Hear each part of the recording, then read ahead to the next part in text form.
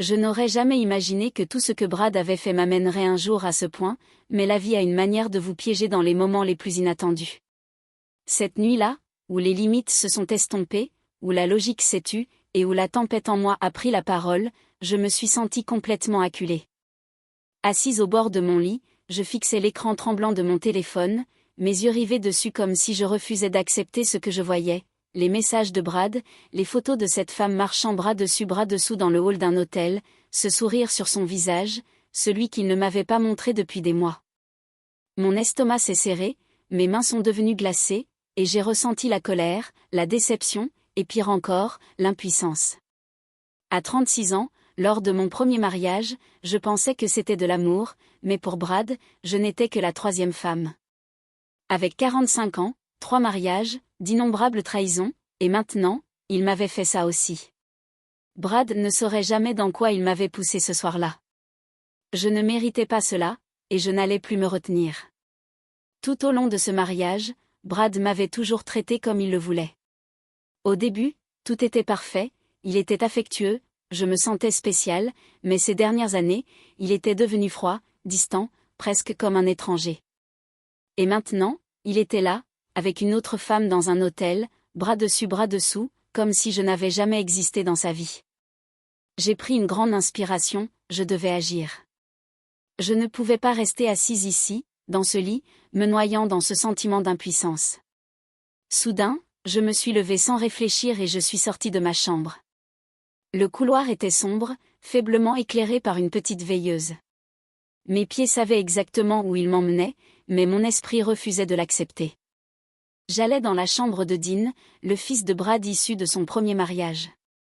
Dean, 23 ans, venait d'obtenir son diplôme universitaire et était rentré à la maison pour l'été. Depuis que Brad était parti, nous n'étions que tous les deux, mais le vrai problème, c'est que nous ne nous étions pas parlé depuis des jours. Cette nuit-là, ce moment où quelque chose s'était passé entre nous.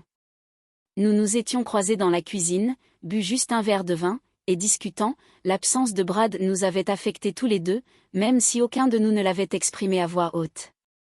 Puis c'est arrivé, Dean m'a regardé différemment, ses yeux se sont adoucis, mais sous cette douceur, il y avait quelque chose d'intense, quelque chose que je n'avais jamais remarqué auparavant. J'ai répondu sans trop réfléchir, sans me poser de questions, nous nous sommes embrassés, mais quelques secondes plus tard, nous avons tous les deux arrêté. C'est mal, ai-je dit. Dean avait reculé, retenant son souffle, et murmura, ouais. Depuis cette nuit-là, nous n'avions pas parlé du tout. Mais maintenant, avec la trahison de Brad abattant tous les murs en moi et ma solitude m'étouffant, je ne voulais plus penser aux limites. J'ai pris une grande inspiration et ouvert la porte. Dean était allongé sur son lit, regardant le plafond avec ses écouteurs. Quand je suis entrée, il a légèrement levé la tête, ses yeux brillant dans l'obscurité. Pendant un moment, son visage s'est figé. « Candice » a-t-il dit d'une voix endormie, mais prudente. Je ne pouvais rien dire, je suis juste entrée et j'ai fermé la porte derrière moi. À ce moment-là, nos regards se sont croisés et tout est revenu. Avant que Dean et moi allions plus loin, assurez-vous de vous abonner à ma chaîne et d'activer les notifications si vous voulez plus de contenu comme celui-ci. N'oubliez pas d'aimer et de commenter. Croyez-moi, la fin de cette histoire va être tellement excitante. Quand je suis entrée dans la chambre de Dean, ma respiration était irrégulière, mon cœur battait fort dans ma poitrine, et je serrais toujours mon téléphone fermement. Mes mains tremblaient tellement que je pouvais à peine me concentrer sur l'écran. Finalement, j'ai levé la tête et j'ai regardé Dean. Mes yeux brûlaient, mais je ne pleurais pas. J'ai pris une inspiration tremblante et me suis rapprochée de lui. Je regardais la page Instagram de l'hôtel où Brad séjournait. Voici la photo que j'ai vue dans les stories, ai-je dit d'une voix rauque, remplie d'émotions, de colère, de chagrin et de frustration, tout était emmêlé en moi. Je lui ai tendu le téléphone. Dean s'est assis sur son lit. Il portait un t-shirt noir légèrement ample, les manches retroussées, ce qui faisait ressortir les muscles de ses bras. Ses cheveux étaient un peu en bataille, encore humides, il avait dû prendre une douche avant de se coucher. Son expression était tendue, reflet du ressentiment de longue date qu'il ressentait envers Brad. Il a pris le téléphone de ma main, scrutant rapidement l'écran. Brad riait avec elle dans le luxueux hall de l'hôtel, cette lueur familière dans ses yeux, la même façon dont il me regardait au début, mais maintenant je savais que ce regard n'était qu'une illusion. Dean prit une grande inspiration et tourna son regard vers moi. « Candice, je sais exactement ce que tu ressens, » dit-il d'une voix grave, mais plus douce que d'habitude. Ses yeux se sont posés sur les miens. « Mais j'ai besoin que tu saches quelque chose. J'ai arrêté de me soucier de Brad il y a longtemps, et je ne veux plus que tu te sentes comme une troisième femme sans importance à cause de lui. » Je voulais dire quelque chose, mais les mots sont restés coincés dans ma gorge. Dean jeta un coup d'œil au téléphone en fronçant les sourcils et en secouant la tête. Ce type est beau, a de l'argent et sait parler. Les gens croient tout ce qu'il dit, mais en réalité, il ne vaut rien. Personne ne le sait mieux que moi. Je détournai le regard, croisant les bras sur ma poitrine, essayant de calmer les tremblements en moi. Chaque mot que Dean disait résonnait profondément en moi, mais ce qui m'affecta le plus, c'était le fait que je le croyais réellement. Il fit un pas en avant, l'espace entre nous avait presque disparu. « Tu n'es pas sans importance, » dit-il d'une voix plus basse, plus ferme, ses yeux fixant les miens ne me laissant pas fuir. « Tu es belle, intelligente et attentionnée, Candice. » Je retins mon souffle. Les mots de Dean luttaient contre chaque insécurité que Brad avait implantée en moi au fil des années, contre la fragilité en moi, le vide de se sentir abandonné, la douleur de croire que je n'étais plus désirée. Mais la voix de Dean me calmait. Pendant quelques secondes, je l'ai juste regardé. La faible lumière dans la pièce projetait une ombre douce sur son visage, rendant ses traits encore plus définis, la mâchoire forte, les cheveux légèrement en bataille, et surtout, ses yeux. Les yeux de Brad portaient toujours une sorte de calcul, mais ceux de Dean ne révélaient que la vérité. Mes bras sont tombés à mes côtés sans même que je m'en rende compte. Quelque chose brûlait en moi, mais ce n'était pas de la colère. Dean a légèrement baissé la tête, son regard parcourant mon visage. « Et nous ne nous sommes pas parlé depuis des jours, » murmura-t-il d'une voix à peine plus haute qu'un murmure, et nous savions tous les deux pourquoi. J'ai dégluti difficilement. Oui, nous savions tous les deux que cette nuit-là, ce moment sous les lumières tamisées de la cuisine, à quelques pas l'un de l'autre, perdus dans le vide, nous nous étions embrassés, et quelques secondes plus tard, réalisant ce que nous avions fait, nous nous étions éloignés. J'ai dit que c'était mal. Dean était juste resté là, à me regarder sans même respirer pendant quelques secondes. Ouais, c'était tout ce qu'il avait dit, mais l'hésitation dans sa voix. Y croyait-il vraiment, ou disait-il simplement ce qu'il pensait être censé dire? Depuis cette nuit, nous nous évitions, mais maintenant nous ne courions plus. Dean fit un autre pas plus près, ses mains glissèrent dans ses poches comme s'il essayait de se contrôler, ses yeux rivés sur les miens. Je ne veux pas le nier, Candice, dit-il à voix basse, et toi non plus. J'ai frissonné. Ces mots m'ont profondément touché. Dean avait raison, je ne voulais pas le nier. Ce n'était pas à propos de la trahison de Brad, ce n'était même pas à propos de la solitude, c'était à propos de Dean. Il m'a fait ressentir des choses que Brad ne m'avait pas fait ressentir depuis des années, être remarqué, être vu, être désiré. Et maintenant qu'il réduisait l'espace entre nous, je ne pouvais plus ignorer ce qui brûlait en moi. Dean leva légèrement sa main, ses doigts effleurèrent mon bras, juste un léger contact comme une étincelle. Je le regardais, ses yeux ne posaient pas de questions, il connaissait déjà la réponse. À ce moment-là, j'ai arrêté de penser au bien ou au mal, à ce moment-là, j'ai juste ressenti. Les yeux de Dean restèrent fixés sur moi, la confiance tranquille en eux, le calme constant apaisait la tempête en moi, même si juste pour une seconde. « Tu peux dormir ici ce soir, si tu veux », dit-il d'une voix basse et sincère, une phrase simple, mais dont le sens en disait bien plus. J'ai hésité une seconde. Est-ce que je voulais vraiment ça? L'absence de Brad, la trahison que je venais de découvrir, le vide en moi, tout m'attirait vers Dean, mais aucune de ces choses n'était la vraie raison. La vraie raison était Dean lui-même. Je ne répondis pas, mais mes yeux parlèrent pour moi. Dean ne dit rien non plus alors qu'il marchait vers le lit, retirant sa chemise avant de s'allonger. Son corps se détachait dans la faible lumière, ses larges épaules, sa silhouette forte, mais détendue. La chaleur irradiait de ma peau, mais j'enroulais mes bras autour de moi comme si j'avais froid. Prenant une profonde inspiration, je m'assis lentement au bord du lit, mes mains reposant sur mes genoux pendant un moment, et je pouvais sentir mon cœur battre la chamade. Devais-je m'allonger à ses côtés? Dean leva légèrement la tête en me regardant. N'aie pas peur, Candice, dit-il d'une voix douce, mais ferme. Finalement, je me suis allongée lentement à côté de lui.